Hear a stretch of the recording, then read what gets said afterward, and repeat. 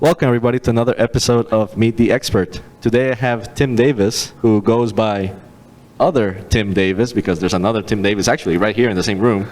Hi, Tim. Yeah.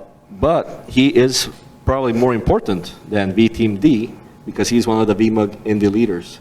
So welcome to the interview. Thank I know you. I basically volunteered you into coming, so thank you for accepting. Absolutely, but thank you. Yeah, and please introduce yourself.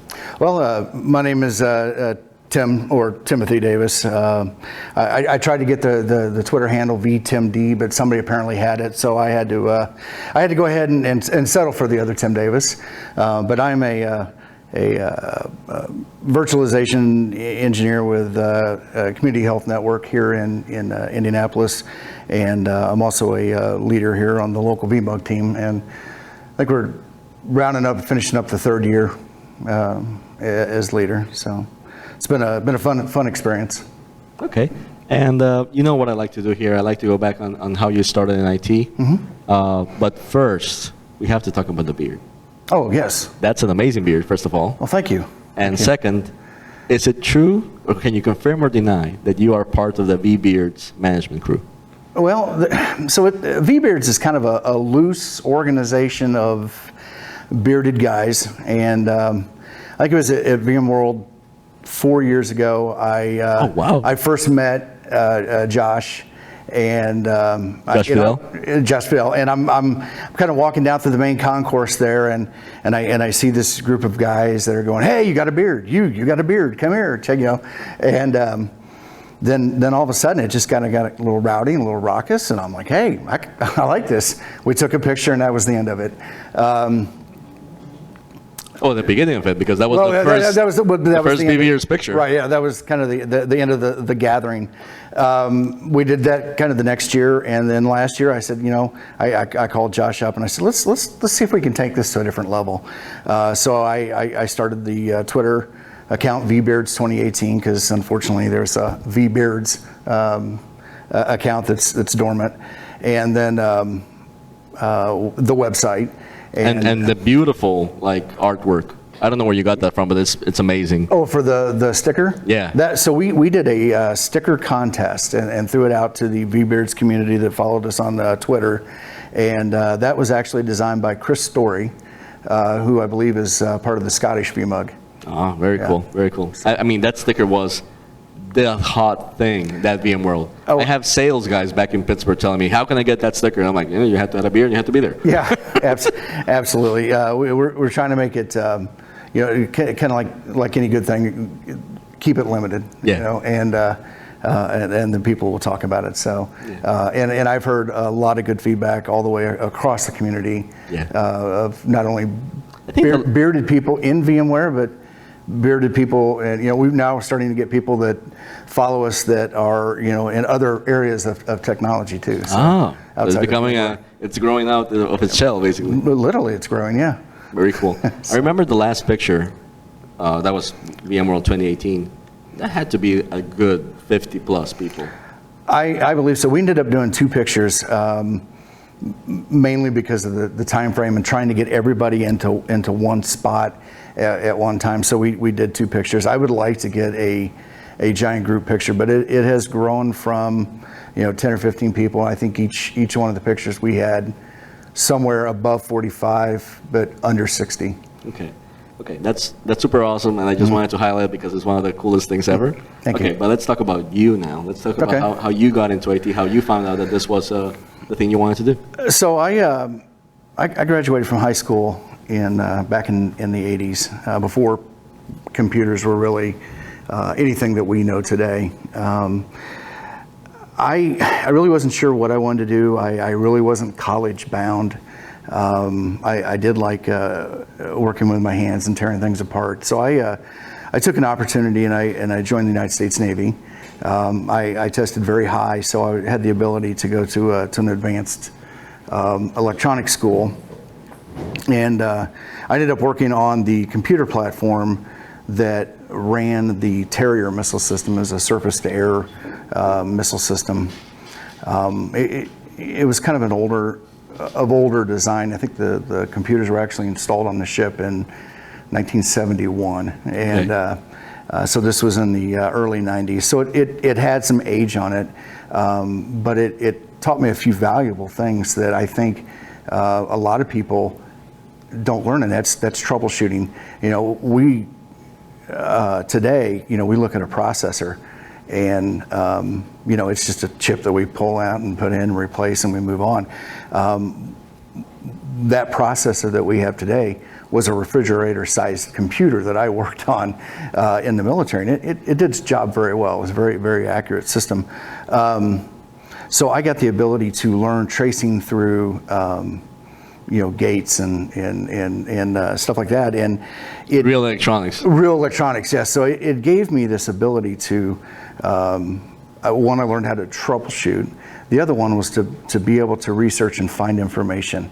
Back then there was no internet. There was no internet. When I went to electronics for my major, and back then it was like, oh, you need to know components, get a book that you have to get from the United States. It'll arrive in 3 weeks. Right. So how was it back then? Because that's even. So we had we really just had a set of schematics for the computers. We had access to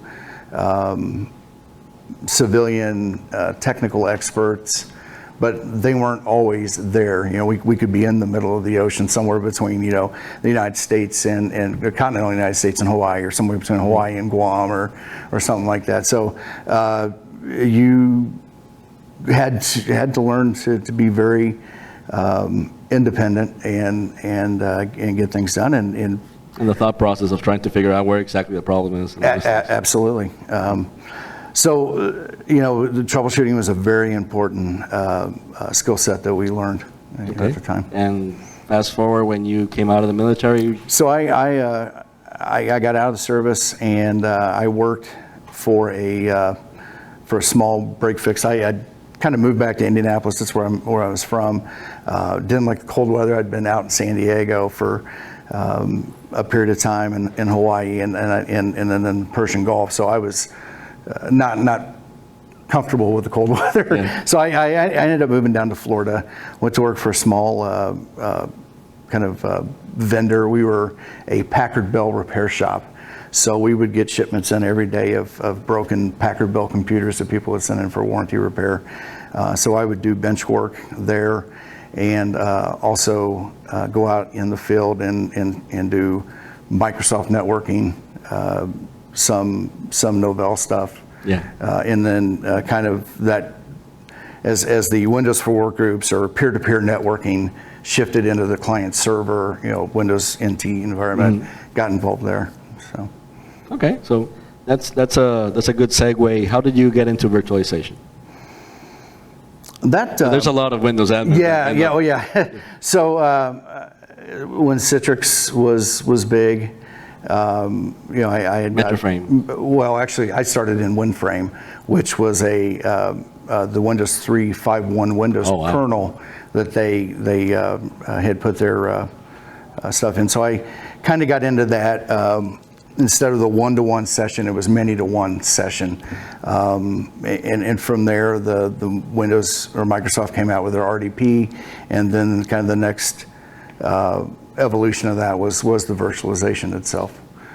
So I've probably been supporting VMware since the starting I think it was a 3.5, switching over into 4, into that time frame. Did you immediately love it? Did you say, you know what, this is what I want to focus on, or was it more of a, hey, this is a cool tool, but I also got those other hats? So yeah, like a lot of people at that time, we were, so a lot of the customers I dealt with, their IT people just happened to be the guy that had a computer at home, and so on our side, on the provider side, you were just exposed to so many different technologies. So it just became kind of another hat that I wore. It really wasn't until maybe 5 years ago that I said, I'm becoming way too broad. I need to focus down and just narrow in on one area of technology. And so I picked VMware. Okay. Yeah. How did you get involved with vMug? Well, I actually... do you remember your first vMug meeting? Oh, well, I do. So it was right before the UserCon, and one of our vendors, their SE was wanting to get involved with the board, but because of the customer to partner relationship, they needed to get another customer in there. I'd been going to vMug meetings and stuff like that, and he's like, but I'd also had expressed an interest to kind of get out and start becoming a little bit more public and kind of getting over my fear of speaking to large crowds and stuff like that. So he's like, well, dude, we're looking for a person. Mm-hmm. So I got involved, and from there, that has opened up a big door for me, both personally, and being able to get out and start talking to groups of people that I wasn't able to do before, professionally now, and then all the benefits that go along with being in the V community of getting to know people, to make a big and friendly network. Oh, actually, absolutely. To make the friendships and the contacts, and sometimes that's worth more professionally than anything else. Yeah. I agree. All right, tell me a little bit more, because I see. Tell me a bit more about yourself, your hobbies, what you like. Yeah, so funny, interesting. I don't have any tattoos. Mm-hmm. Somebody said, it's weird. You've been in the military and you came home without any tattoos. So I got this ring a couple of weeks ago. It's got a skull, crossbone, and an anchor on it. Just this my way of being rebellious. Some people wear socks and get the tattoos. My wife wants me to wear a ring. So, as far as hobbies, I kind of like Tim had mentioned earlier. Technology is a paycheck. It's a means of living. I like to kind of go out and do fun. I've been involved with live sound production for a lot of years now, probably about 14, 15. About 5 years ago, I got kind of involved with ham radio, and in the integration of using. Listen, that electronics background mm-hmm. is very welcome in ham radio.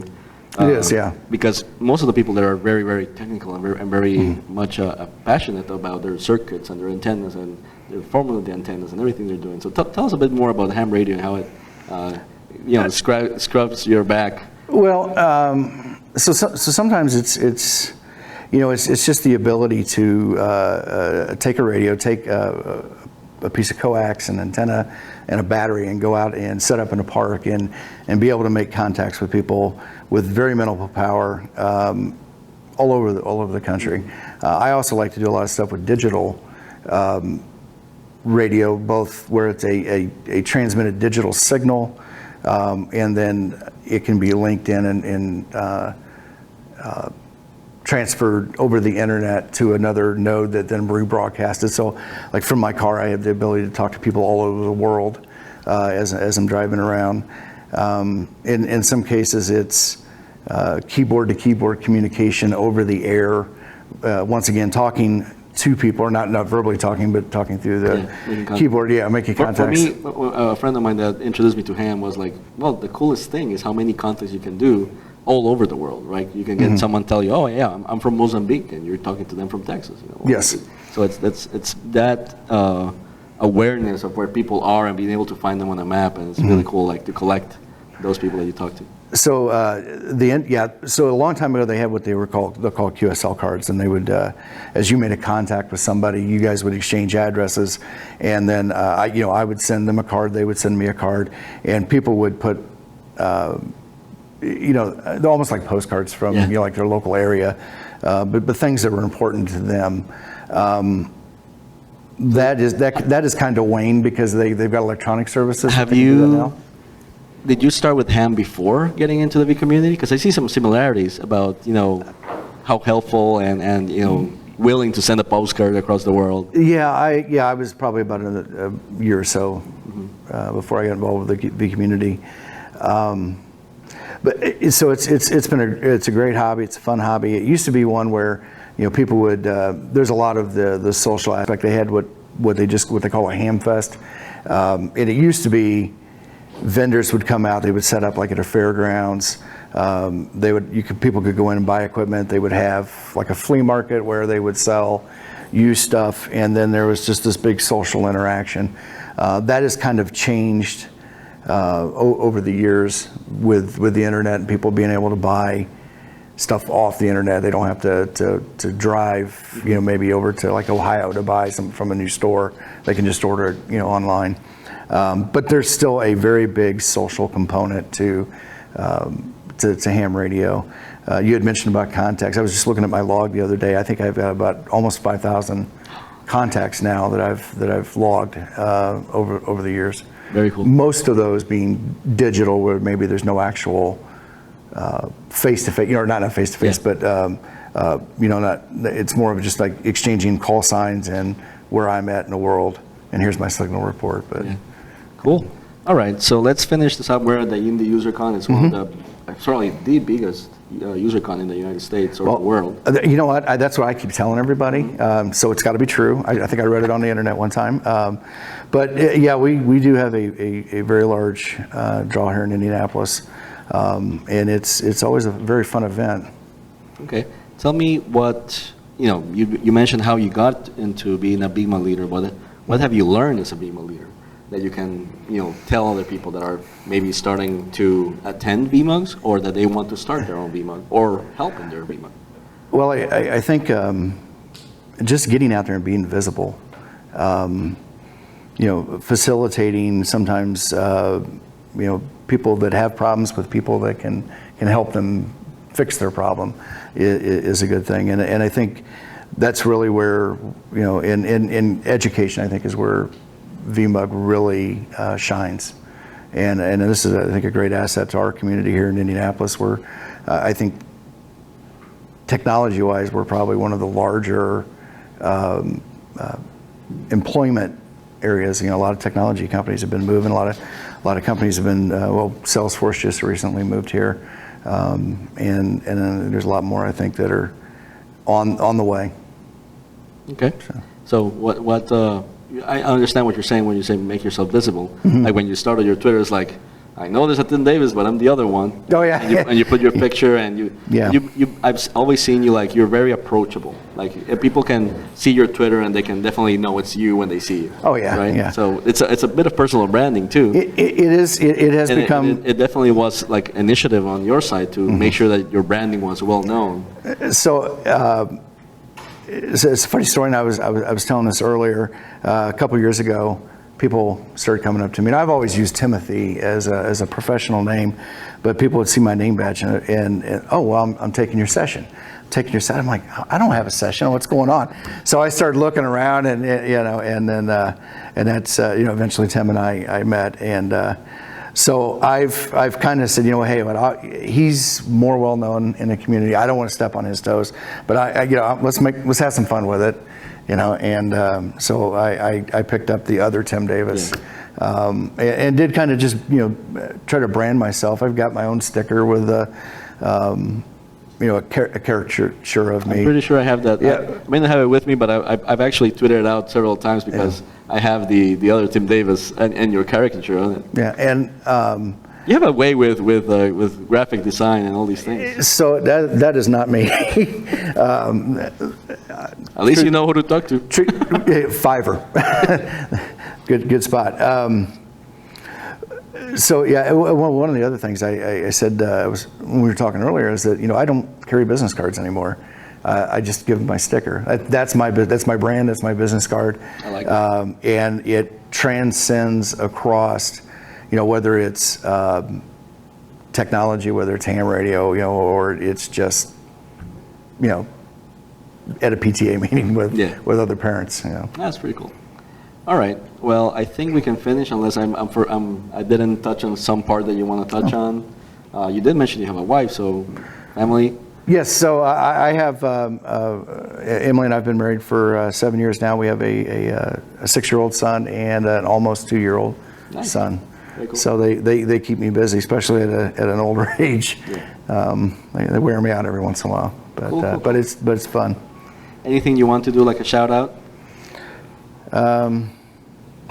No. No?